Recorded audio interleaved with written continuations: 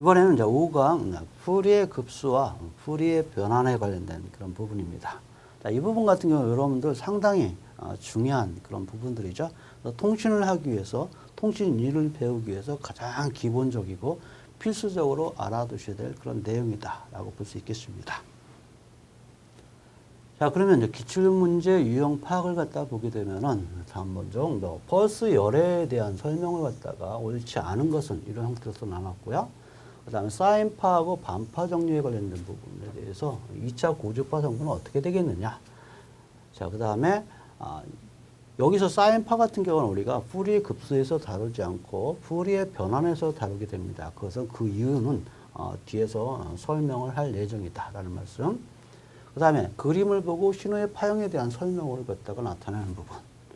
자, 다음과 같이 급수를 갖다가 구했을 때, 결국 풀이의 급수를 표시했을 때 11차 고주파에 관련된 부분. 앞에서 고주파하고 기본주파수에 대해서 제가 어느 정도 설명을 드렸는데요.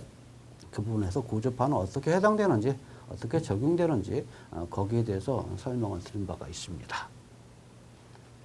자, 그러면 먼저 이제 풀이의 급수 부분인데, 여러분들이 이제 풀이의 급수하면은 이것만 딸랑이하고 끝나죠. 그래서 이 공식, x는 이렇게 되고, a0는 어떻고, a는 어떻고, b는 어떻고, 그리고 끝, 이렇게 나오게 돼요. 그러다 보면은 이 식이 계속 혼동이 될 수밖에 없는 그런 경우고요. 이걸 갖다가 제대로 이해하지 못한다면, 뒤에서도 이 부분을 갖다가 내가 어떻게 적용하는지에 대해서 혼동되는 그런 부분이 많고, 기본이 없는 그런 형태, 기초 지식이 없는 그런 형태가 만들어지게 되죠. 그렇기 때문에 여러분들 풀이의 급수를 갖다가 정확하게 파악을 하고 어떻게 이것이 전개되고 어떻게 해서 이렇게 구해지는지 그런 부분을 갖다가 여러분들 이해하는 것이 그만큼 중요하다라는 걸 말씀드려요. 근데 교재에서는 딸랑 이거 하나만 있고 이것이 바로 풀이의 급수다. 라고 이제 얘기를 하게 되는 그런 부분들인데, 그래서 여기서 풀이의 급수를 갖다 설명할 때 아마 부가적으로 제가 좀 설명을 많이 드릴 겁니다. 그렇기 때문에 만약 이거 갖다가 교재상에서 모두 다 넣게 된다면 여러분들 기함을 할 거예요. 왜 그러냐면 수식이 너무 많기 때문에. 그래서 간략하게 요약만 해서 넘겨드리는 기재한 그런 교재 내용이라고 볼 수 있겠습니다. 자, 먼저 이제 A0라고 하는 부분은 바로 이제 직류 성분을 갖다가 뜻하게 되죠. 직류 성분이다. 또는 뭐 평균값이다. 라고 얘기하게 돼요. 그 다음에, 이 부분을 갖다가 우리는 뭐라고 하냐면 우함수다. 우함수다. 그 다음에 이 부분은 기함수다. 그래서 우함수항과 기함수항이 되어 있고요. 이 부분은 AN, BN이라고 하는 형태로 이것은 우리가 풀이의 개수다라고 얘기하고 있죠. 이것도 풀이의 개수다. 이렇게 이제 표현을 하고 있습니다. 자, 그래서 우리가 상하함수를 표현하게 되면 이것은 이렇게 정의되고 이것은 이렇게 정의되고 이것은 이렇게 정의된다. 자, 이렇게 이제 생각하고 그냥 끝나는 그런 경우가 많죠. 자, 그 다음에 또 한 가지 여기서 이제 말씀드리고 싶은 것은 이런 얘기가 있습니다. 어떤 얘기가 있냐면, 이 부분은 바로 우함수 형태이기 때문에 신호가 기함수가 된다면 이것은 뭐 전혀 관계없는 부분이고요. 자, 이것이 만약 우함수다.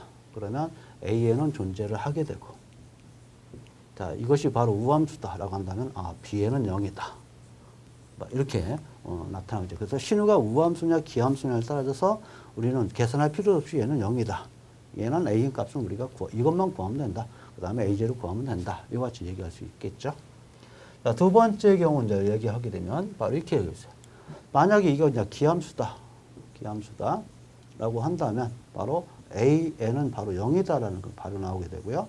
Bn 값만 내가 구하면 될 것이다. 이런 얘기가 나오게 돼요. 자, 그러고서 끝났다 이거죠. 이제는 나는 풀이의 값을 다 이해를 했어. 이와 같이 얘기하게 돼요. 그런데 우리는 어떻게 해서 앞에서 어떤 얘기를 합니까? 이런 얘기를 갖다 많이 하죠. 어떤 얘기를 하냐면, 풀이의 급수는 뭐라고 표현합니까? 시간 영역의 함수를 주파수 영역으로 변환시키는 것이다. 자, 그런데 풀이의 급수는 주기함수를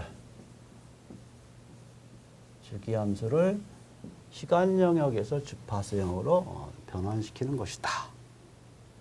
이렇게 얘기하죠. 또 풀이의 변화는 풀이의 변화는 뭐라고 얘기합니까? 비주기 함수를